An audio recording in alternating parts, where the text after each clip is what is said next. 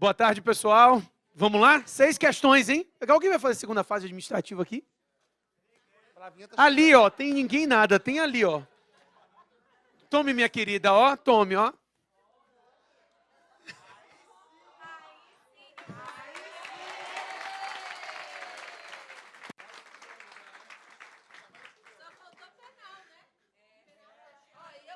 Ana vem daqui a pouquinho. Você faz suas queixas para ela, é.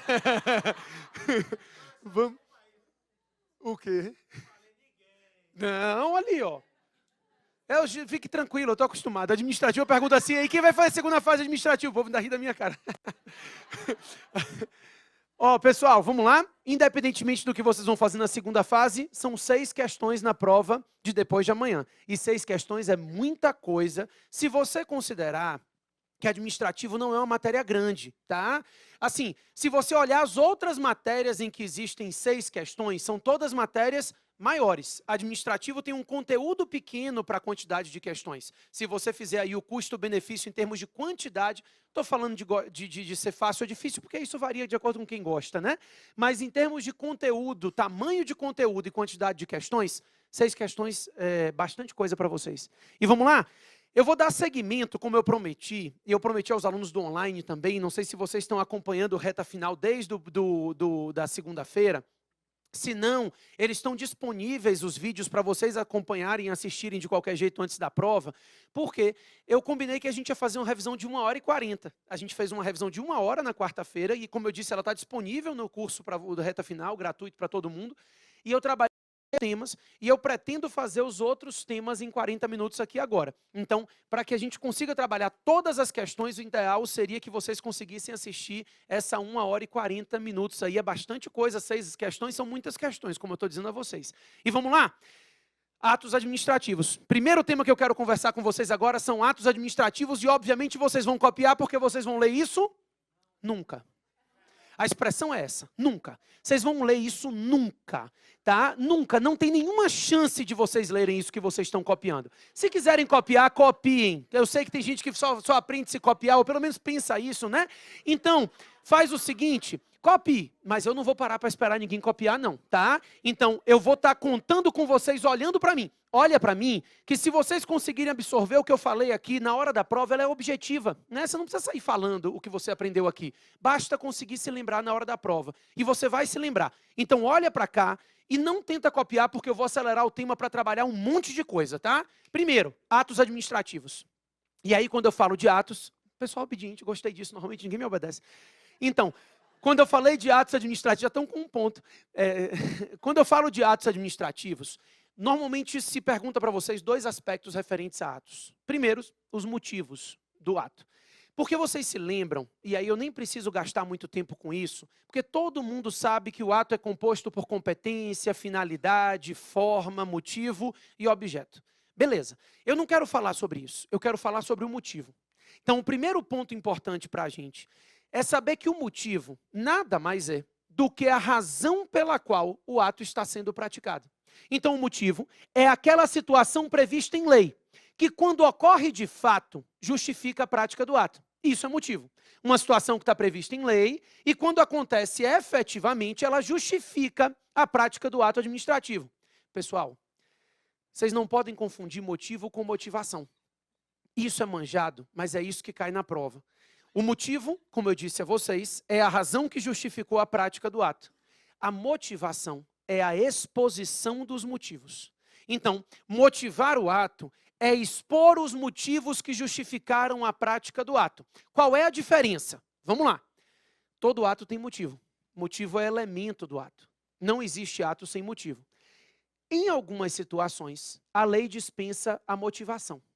Então, existem atos que têm motivo, mas que não dependem de motivação. Ou seja, eu não preciso fundamentar, eu não preciso expor os motivos. Vamos dar um exemplo para facilitar a vida da gente. Cargos em comissão.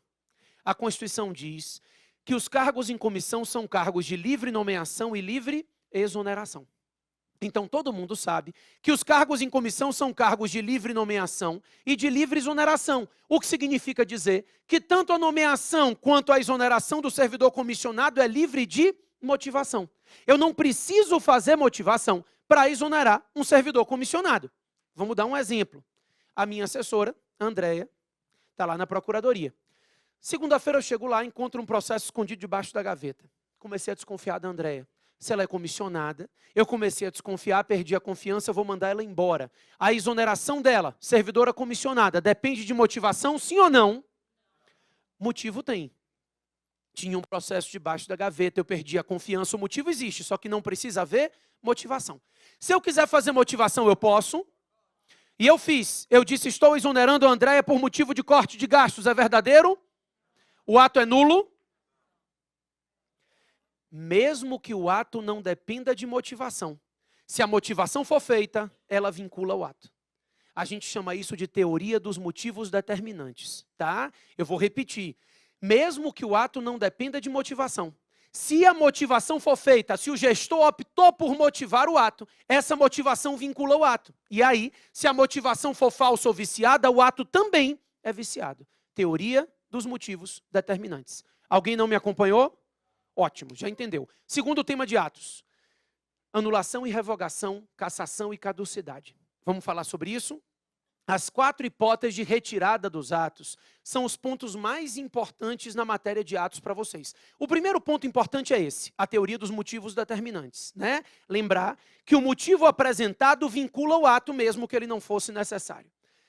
Segundo tema são as 4 hipóteses de retirada. Normalmente vocês não têm dificuldade com as 2 primeiras, porque ouvem todo o tempo. Mas vamos lembrar, a anulação, ela ocorre quando o ato sofre de um vício de ilegalidade. Se o ato tem um vício de ilegalidade, ele vai ser anulado. E se o vício de ilegalidade vai ser originário, o ato vai ser anulado e a anulação opera efeitos ex tunc, retroativos. Então anula-se o ato em virtude de um vício de ilegalidade. A anulação retroage à data de origem do ato. Quem pode anular os atos administrativos? A administração pode. E o judiciário? Também. Quando eu falo de anulação, tratando de aspectos de legalidade, depois a gente vai ver que no mérito não, mas tratando de aspectos de legalidade, a anulação pode ser feita pela própria administração, princípio da autotutela, e a administração também, ou a anulação também pode ser feita pelo Poder Judiciário, desde que provocado, o Judiciário anula os atos da administração. A revogação não. A revogação decorre de uma análise de mérito, de interesse público, de oportunidade e conveniência. E aí, se a revogação decorre de uma análise de mérito, essa revogação incide sobre atos válidos. Esse é o primeiro ponto importante. Não há revogação de ato inválido, tá? Não pode, porque se o ato for inválido, ele tem que ser anulado. Então eu revogo o ato que é válido, por motivo de mérito. E se é por motivo de mérito, os efeitos que o ato produziu foram produzidos validamente. A revogação opera efeitos ex nunc. Eu não posso retroagir. Todos os efeitos que esse ato produziu, ele produziu validamente. Só não há mais interesse que o ato continue a produzir efeitos. Então a revogação opera efeitos prospectivos, ex nunc, não retroativos. E agora sim, só quem revoga os atos administrativos é a própria administração. O judiciário não revoga os atos da administração. Vamos recapitular rapidinho? Anulação, vício de ilegalidade. Administração ou judiciário, efeitos retroativos, ex tunc. Anulação, isso é anulação. Revogação, sem vício de ilegalidade, mérito. Se é por mérito, só quem pode fazer é a própria administração. E se é somente a própria administração por análise de mérito, a gente tem efeitos ex nunc, ou prospectivos. Além da anulação e da revogação, temos cassação e caducidade.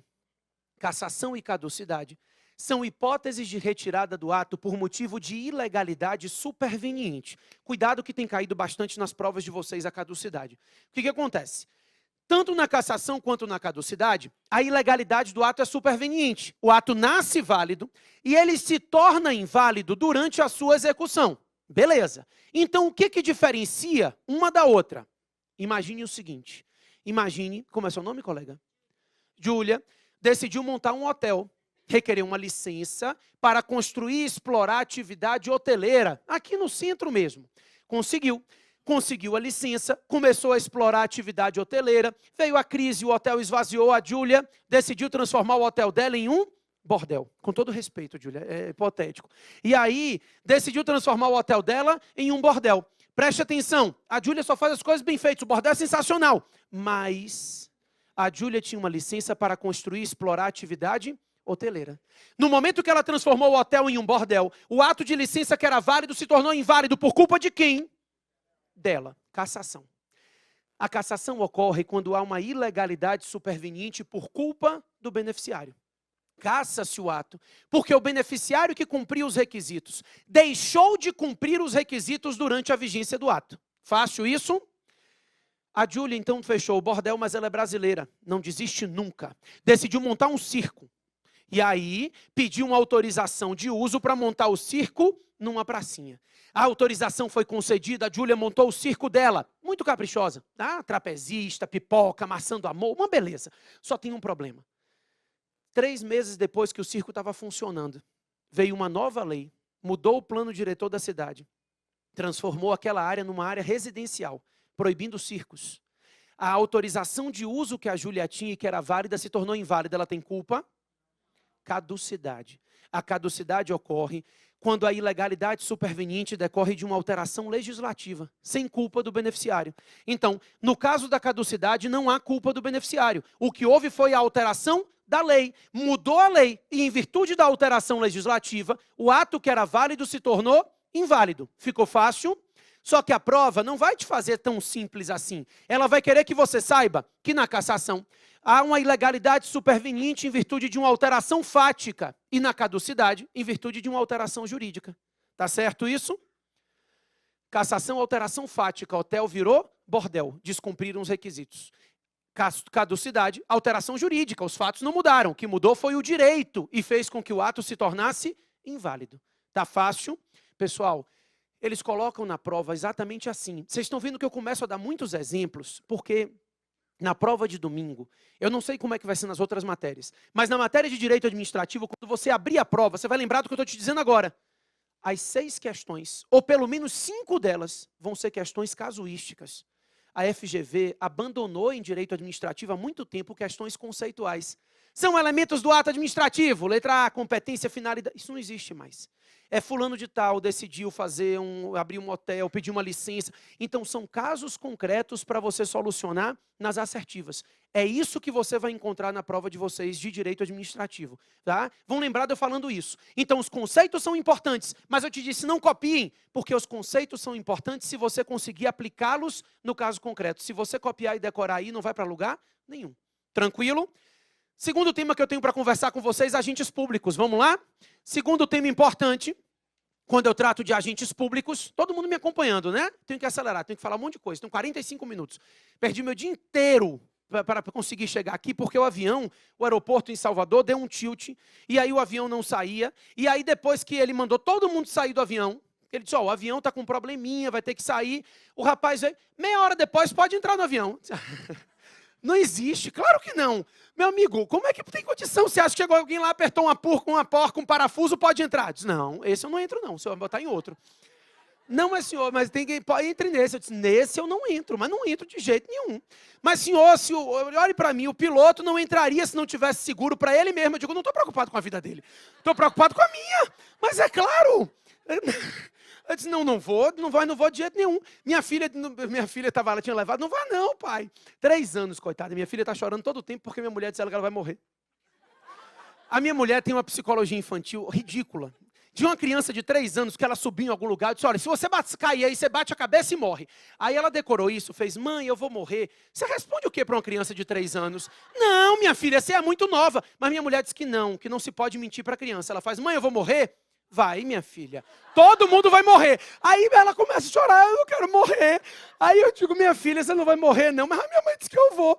Então assim, para eu explicar, porque não adianta, são 3 anos, gente, não dá para ter psicologia infantil de não mentir para uma criança de 3 anos, vai morrer? Não, minha filha, não, você é novíssima, vai morrer nada. Depois um dia ela vai entender que vai. Não tem por que entender com 3 anos, não. Oi, a vida está difícil, as pessoas não podem mentir para uma criança de 3 anos para o bem dela.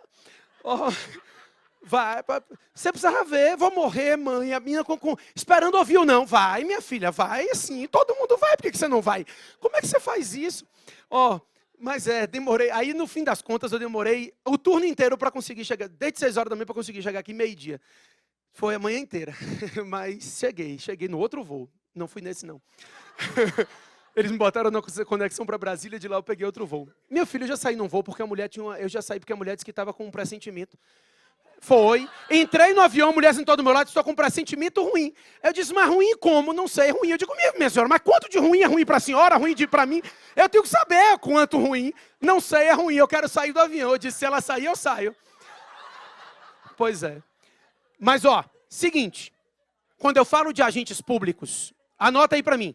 Anota não, olha para mim. Quando eu falo de agentes públicos, a primeira coisa importante, para ingressar no serviço público, tem que sempre ser aprovado mediante concurso, sim ou não? Não. Servidores, sempre não. Temporários não dependem de concurso, artigo 37, inciso 9 da Constituição.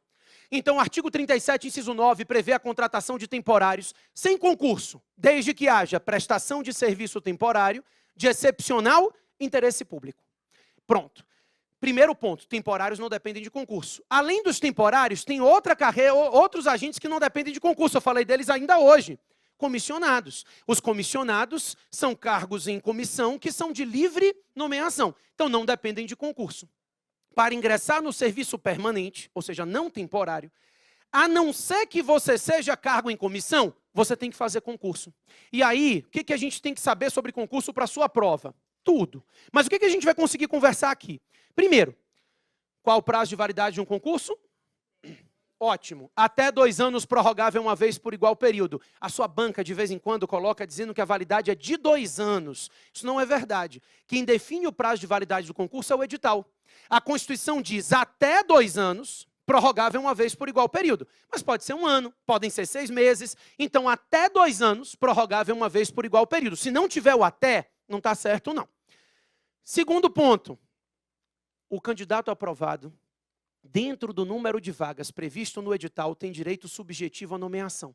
Gente, isso já caiu 3 vezes na sua prova, nos últimos 10 exames. A última vez foi no 20º. Então, preste atenção que se o candidato for aprovado no número de vagas que o edital estabeleceu, ele tem direito subjetivo à nomeação. Novas vagas criadas durante a validade do concurso não geram direito à nomeação. Tá? Então, ele terá direito subjetivo à nomeação se ele for aprovado dentro do número de vagas previsto no edital. Bacana? Terceiro ponto, exame psicotécnico, súmula vinculante número 44. Põe aí para mim. A súmula vinculante número 44, ela diz que é admitido sim o exame psicotécnico em prova de concurso desde que haja previsão. Isso é importantíssimo em lei. Eu ouvi ali no edital, editalícia. O edital tem que prever o exame psicotécnico. Isso é indiscutível, porque o edital tem que estabelecer critérios objetivos. Não existem mais aqueles critérios subjetivos. O Renato Saraiva dava um exemplo. O sujeito chegava com papel em branco, a mancha vermelha, perguntava o que era isso. Ele dizia, é sangue. Ele bota lá embaixo, tendências homicidas. Isso não existe mais. Isso não existe mais. Hoje, os exames psicotécnicos têm que ter critérios objetivos definidos no edital. Mas o pulo do gato não é esse. O pulo do gato é que a súmula vinculante 44 diz que, além da previsão de critérios objetivos no edital, para que o exame psicotécnico seja constitucional, tem que haver previsão em lei. Preste atenção, porque tem que haver previsão em lei. Bacana? Pessoal, depois que o sujeito ingressa no serviço público, ele se tornou servidor. E aí, minha primeira pergunta, bem rapidinha. Servidor público tem direito de greve, sim ou não? Depende. Depende. Militares não têm direito de greve e o STF entende que os policiais civis também não. Então, agentes militares, e quando eu falo militares, não estou falando só de forças armadas, estou falando da polícia militar como um todo, não tem direito de greve. E os policiais civis que atuam na segurança pública também, a princípio, não têm direito de greve. Os demais servidores públicos tem direito de greve, que será exercido nos termos e condições definidos em lei específica. Se a prova lhe disser que é lei complementar, não marque não, tá? Então, servidor público tem direito de greve, que será exercido nos termos de lei específica. Específica é ordinária. Não há lei. Não tem problema. Não tem problema porque o STF... Mas, não há lei não significa que ele não tem direito. Significa que ele não pode exercer o direito. Direito ele tem. Mas o exercício depende da lei. Mas o STF vem dizendo que não tem problema. enquanto não houver lei, eles vão exercer o direito deles nos moldes da Lei Geral de Greve. Então, se aplica a Lei Geral de Greve aí de trabalho, Tonácio já foi, mas devem ter explicado a vocês em algum momento aí do curso sobre a Lei Geral de Greve, e ela vai se aplicar aos servidores. O que me interessa? Duas perguntas. São as duas que eles vão te perguntar. Primeira, se o servidor estiver em estágio probatório, ele pode exercer o direito de greve dele, sim ou não? Licitamente. Não há nenhuma restrição legal. Primeira regra. Segunda, o servidor parado, em virtude do movimento grevista, ele tem direito a ser remunerado pelos dias parados, sim ou não? A não ser que a greve decorra de uma conduta ilícita da administração. O entendimento pacificado hoje é que o servidor público não tem direito de greve, de remuneração pelo direito de greve, não tem direito à remuneração pelo dia parado, a não ser que a greve decorra de uma conduta ilícita da administração pública. Me acompanharam? Ótimo. Concessão de serviço público é o terceiro ponto. Para eu dizer, na verdade, uma questão importante sobre concessão. Todas as outras questões, inclusive as PPPs, eu conversei na aula de quarta-feira, que está disponível para vocês, tá? Então, como eu vou otimizar meu tempo aqui, tem duas coisas de concessão que você tem que tomar cuidado. Primeiro, eu quero lembrar a vocês que a concessão é um contrato administrativo, regulamentado pela Lei 8987 de 95. Então, a Lei 8987 regulamenta o contrato de concessão de serviço público. E nesse contrato de concessão, a regra é muito simples. A administração contrata a empresa presta o serviço e é remunerada pelo usuário. A graça da concessão é entender que a concessionária não é paga pela administração. Quem paga a concessionária é a exploração do serviço concedido. Transporte público. A administração contrata a empresa de ônibus, ela presta o serviço de transporte e quem paga? Você, quando entra no ônibus. Agora, a lei admite, e isso também está na moda agora, a lei admite as chamadas fontes alternativas de receita. Tá? Cuidado com isso também para a segunda fase. Minha colega, como é seu nome? Michele. Fontes alternativas de receita visam garantir a modicidade das tarifas. Um dos princípios é modicidade, tarifas módicas. Então, a empresa concessionária, ela cobra a tarifa do usuário, mas ela pode buscar fontes alternativas de receita para diminuir o valor da tarifa. Então, a empresa de ônibus cobra de quem vai entrar no ônibus, mas ela faz uma publicidade no fundo do ônibus também.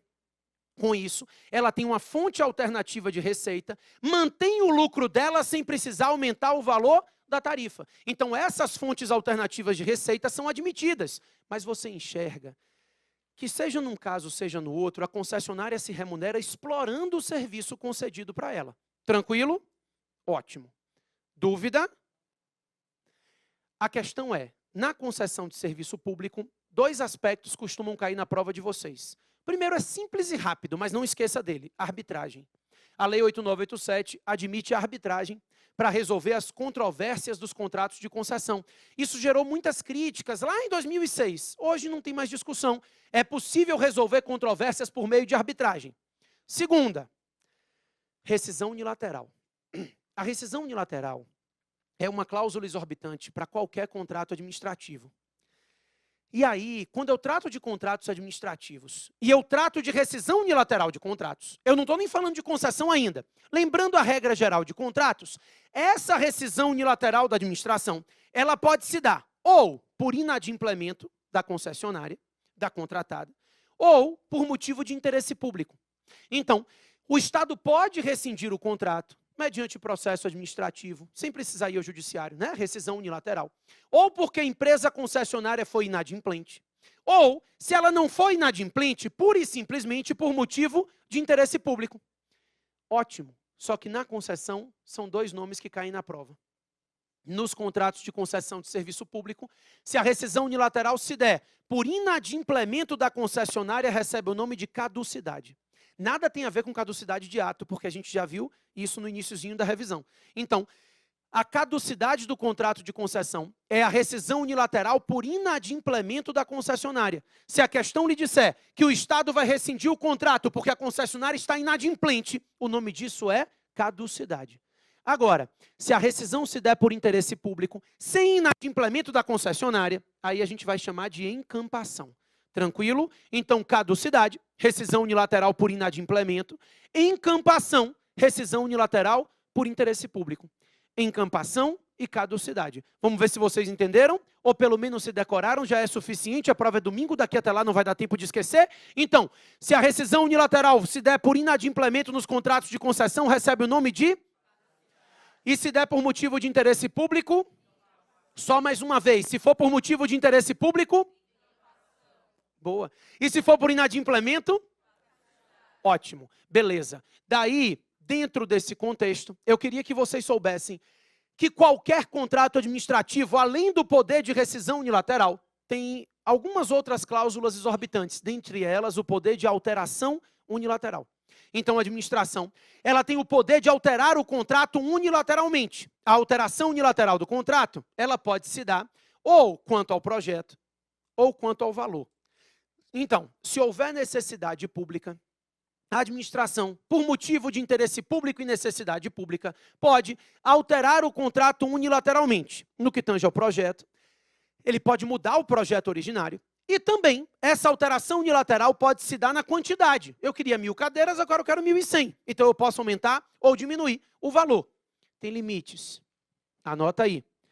A lei diz que a administração pode acrescer ou suprimir o contrato em até 25%. Ótimo. Independentemente da concordância do particular, essa alteração unilateral pode ser para mais ou para menos em até 25%. Tem uma exceção? Tem. Reforma. Contratos de reforma admitem acréscimos em até 50% e supressão continua em 25%. Vou repetir. Em regra, a administração pode acrescer ou suprimir o contrato em até 25%. Nos contratos de reforma, a administração pode acrescer em 50% e suprimir em 25%. Só uma perguntinha.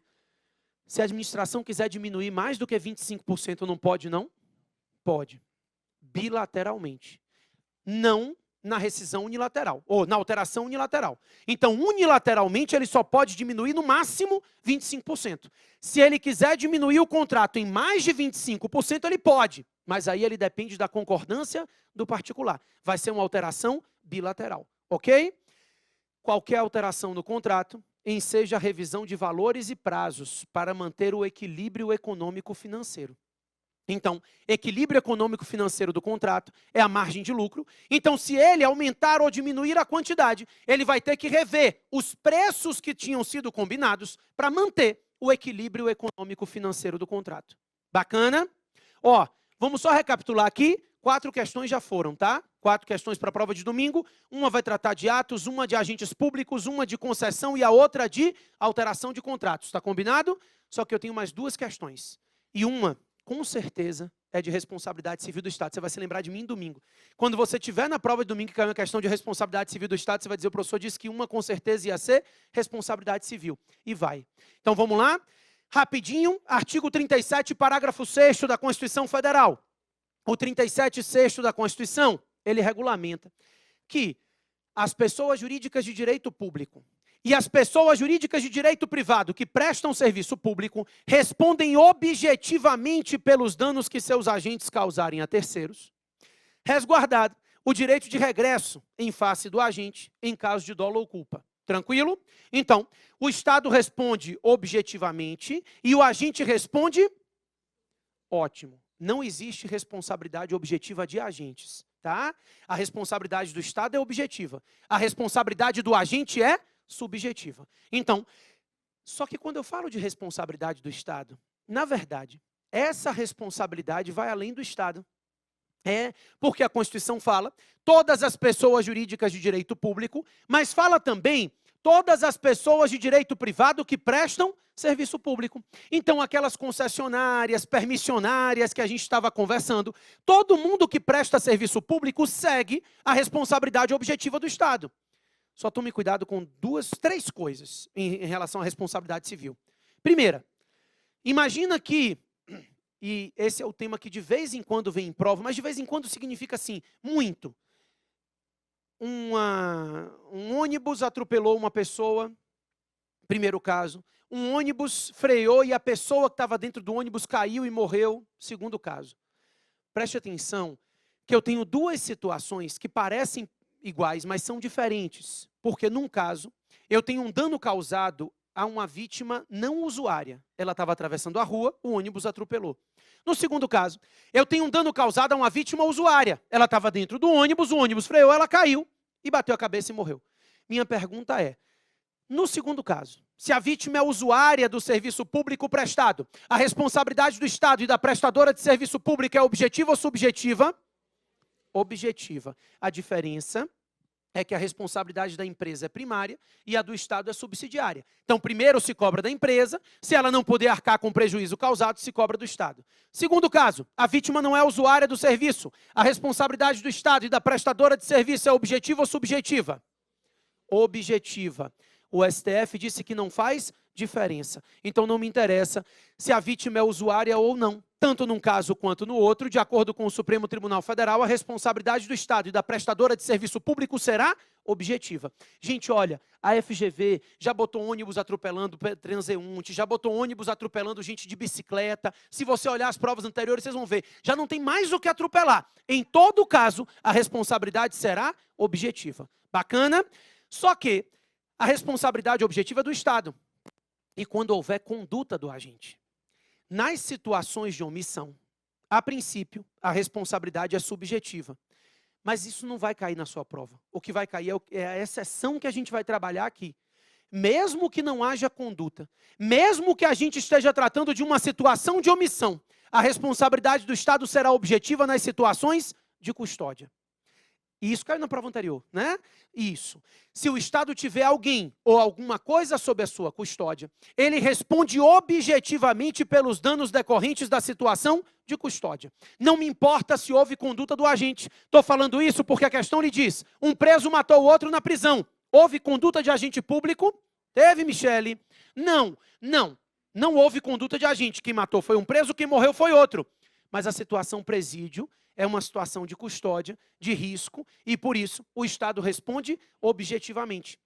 Não é só presídio, tá? 2 meninos no recreio de uma escola pública, meninos ótimos. Um pega a lapiseira, enfia no olho do outro e arranca. O Estado responde objetivamente, é hipotético, parem de rir. O que me importa é você enxergar que trata-se de uma situação de custódia e por isso a responsabilidade do Estado estará configurada. Mas e o preso que se matou na prisão? O Estado responde? E a culpa exclusiva da vítima? O STF entende que nesses casos de custódia não vai se aplicar, porque o Estado tem que tomar conta da incolumidade física do preso, e por isso, mesmo em casos de suicídio, a responsabilidade do Estado é objetiva. Tranquilo? Ótimo. Só tem um problema. Eu disse que eram 3 coisas. A terceira é o seguinte. O que a gente combinou até agora foi, vítima cobra do Estado cobra do agente. Quando a vítima cobra do Estado, a responsabilidade é objetiva. E isso é uma garantia para a vítima. Primeiro, que ela vai cobrar do Estado, que é solvente, ou a gente pode ser um pé rapado. Segundo, porque ela vai discutir somente elementos objetivos, isso facilita a vida dela. Minha pergunta é, se a vítima quiser, ela pode abrir mão dessa garantia e cobrar diretamente do agente, sim ou não? O STF entende que não, e a sua banca entende que não. Tá? A gente tem julgado em sentido contrário? Tem. Em 2013, o STJ permitiu isso. Mas para a sua prova, a FGV já se posicionou no sentido do STF, de que a vítima deve cobrar, a vítima é a vítima mesmo, deve cobrar do Estado. Ela não pode cobrar diretamente do agente. Sabe por quê? Princípio da impessoalidade. Pessoal, quando o agente público pratica um ato, não é a pessoa do agente que está atuando. Quem está atuando é o Estado por meio desse agente. Se a vítima cobra diretamente da pessoa do agente, ela estaria pessoalizando essa conduta. Seria como se a conduta estivesse sendo praticada pelo agente. E não foi. A conduta foi praticada pelo Estado por meio do agente. Estamos entendidos? Então, vítima cobra do Estado, o Estado cobra do agente. E a ação de reparação civil em face do Estado prescreve em 5 anos. Não se esqueçam disso. A ação de reparação civil em face do Estado prescreve em 5 anos. Estamos entendidos? Ótimo. Vamos lá. O que foi? Só faltam 10 minutos, eu tenho que falar ainda algumas coisas. O tempo está voando. Se eu estivesse na casa de minha sogra lá, não tinha passado 1 minuto. Eu quero água, me dê aí. Se eu estivesse lá fazendo cara de paisagem, não tinha passado nem 1 minuto com aquela safada. Vocês estão rindo porque não é de vocês a sogra. A minha sogra é uma bruxa. E a minha filha falou isso no outro dia, foi uma confusão. ela repete tudo. Eu não disse a ela que a velha era uma bruxa, não. Ela se arrumou toda para o Halloween em outubro. Quando ela se arrumou toda para o Halloween, ela disse, e aí, papai, tô bonita? Eu disse, tá, minha filha, a cara da sua avó. Pronto, só isso. Aí, as pessoas não se divertem mais, ninguém pode brincar, o mundo está muito chato. Mas não tem mais graça, nada, ninguém pode brincar. Aí minha sogra chegou, 3 anos, aí ela fez assim, vovó, você é uma bruxa. Aí minha sogra fez, quem lhe disse isso, menina? Aí o peito encheu, né, porque garantia... Meu pai. Tipo, você vai desdizer? Como quem disse, você vai desdizer? Foi meu pai. Rapaz, na hora que ela fez isso, eu dei uns 3 tapas, agora suba. Aí Tiziana, Mateus, você falou. Eu digo, meu filho, eu perco até a filha, mas a dignidade na frente de sua mãe eu não perco. Não vou dizer de jeito nenhum que fui eu. Claro! Minha sogra, sua neta, tá muito mentirosa, não sei quem puxou. A ela também. Seguinte, mas como eu ia dizendo a vocês, o que eu quero que vocês entendam é que a 6ª questão, ela pode se dar em 2 aspectos diferentes. E é por isso que eu vou ter que trabalhar mais 2 temas, né? Bens públicos, mas é só um aspecto que eu acho importante a gente falar dele, bem rapidinho. E o outro, eu quero falar de um ponto rápido de desapropriação. Porque a gente falou muito de desapropriação no vídeo que eu te falei, que eu estou pedindo para vocês assistirem, tá? Então a gente passou lá um tempinho trabalhando os aspectos gerais de desapropriação. Não é porque eu acho que não vai cair que eu não dei atenção aqui. Então, muito pelo contrário. É porque eu acho que vai cair e merece uma atenção especial que eu falei lá no vídeo, tá? Mas vamos lá. Primeiro, quando eu falo de bens públicos, eu quero que você tome cuidado, primeiro, com as garantias dos bens públicos. E aí a gente vai lembrar rapidinho, não tem muita dificuldade não. Bens públicos são impenhoráveis. Então, não pode haver penhora incidente sobre bens públicos. Bens públicos são não oneráveis, ou seja, não admitem direito real de garantia. Penhor, hipoteca, anticrese. Então, não pode penhorar bem público, também não pode empenhar, hipotecar, não pode. Impenhorabilidade e não onerabilidade. Bens públicos são imprescritíveis. Imprescritibilidade é a prescrição aquisitiva, que é o uso capião. Então, quando eu digo que o bem público é imprescritível, significa dizer que ele não pode ser usucapido. Qual é a pegadinha em relação a essas 3 características? Não me interessa se esses bens têm destinação pública ou não. Os bens dominicais, como a gente chama, que são aqueles que não têm destinação pública, gozam das mesmas garantias de impenhorabilidade, de não onerabilidade e de imprescritibilidade. Agora, além disso, os bens públicos são inalienáveis. Só que essa inalienabilidade não é absoluta, porque aí sim a gente tem uma ressalva. É possível alienar bens dominicais, desde que cumpridos alguns requisitos, tá? Então, é possível alienar bem público? Sim. Em regra, bens públicos são inalienáveis, mas a gente fala em inalienabilidade relativa. Por quê? É possível alienar um bem público se ele for dominical, desafetado, se houver declaração de interesse público, avaliação prévia e licitação. Bora repetir? Para alienar um bem público, primeiro, desafeta. Ou seja, ele se torna um bem dominical, ele vai ser desafetado, ele vai perder a destinação pública. Segundo, declaração de interesse público, avaliação prévia e licitação. Puxa, ficou difícil. Não, você quer ver que não? Fulano de tal voltou, a questão diz para você isso, voltou de Orlando, trazendo um monte de computador para vender. Em descaminho, né? Porque agora o povo faz descaminho no Instagram. Eles dizem, eu estou indo, vocês querem o quê? O povo perdeu a vergonha. Aí, é verdade. Aí o sujeito voltou de Orlando, cheio de computador igual. Foi pego. Esses bens foram apreendidos. E como ele viu que o valor do tributo era muito alto, mais a multa e mais tudo mais, ele decidiu, então, deixar para lá. O bem foi incorporado à fazenda pública. Ele tem destinação pública? Agora não. Ele foi somente apreendido. Existem 2 possibilidades. Ou o Estado afeta esse bem, dá a ele destinação pública, entrega para uma repartição utilizar. Ou então ele vai alienar o bem. Para alienar o bem, ele precisa de quê? O bem já é desafetado, já é dominical. Então ele precisa de uma declaração de interesse público, da avaliação prévia e da licitação. É por isso que vocês veem o edital de leilão, né? A publicação do edital já com avaliação, e aí vai ser feito o procedimento licitatório. Só tem um detalhe.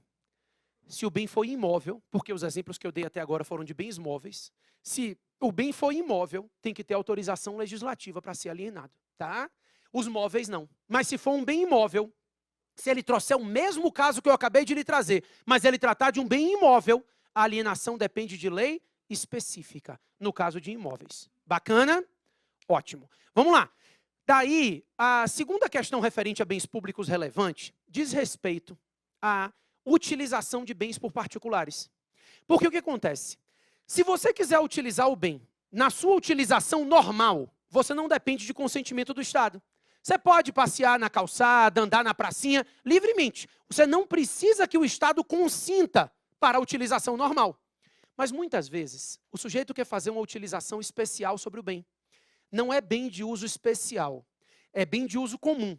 Eu estou falando da utilização especial de um bem de uso comum. Então imagine que você não quer passear na praia, você quer casar na praia, né?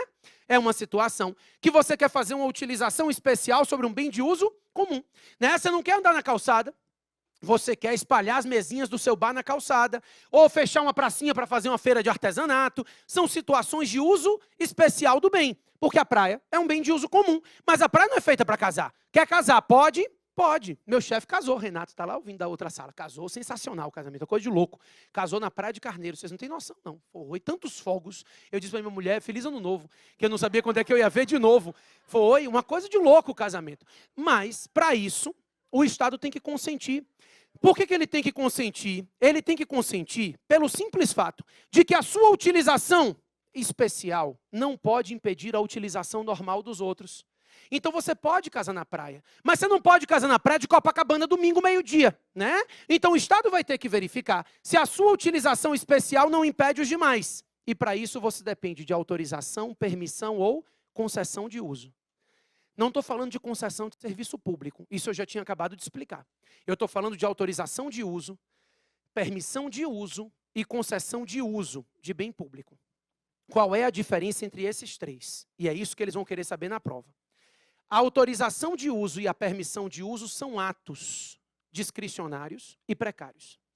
Ou seja, a qualquer tempo o Estado pode desfazer, não há indenização.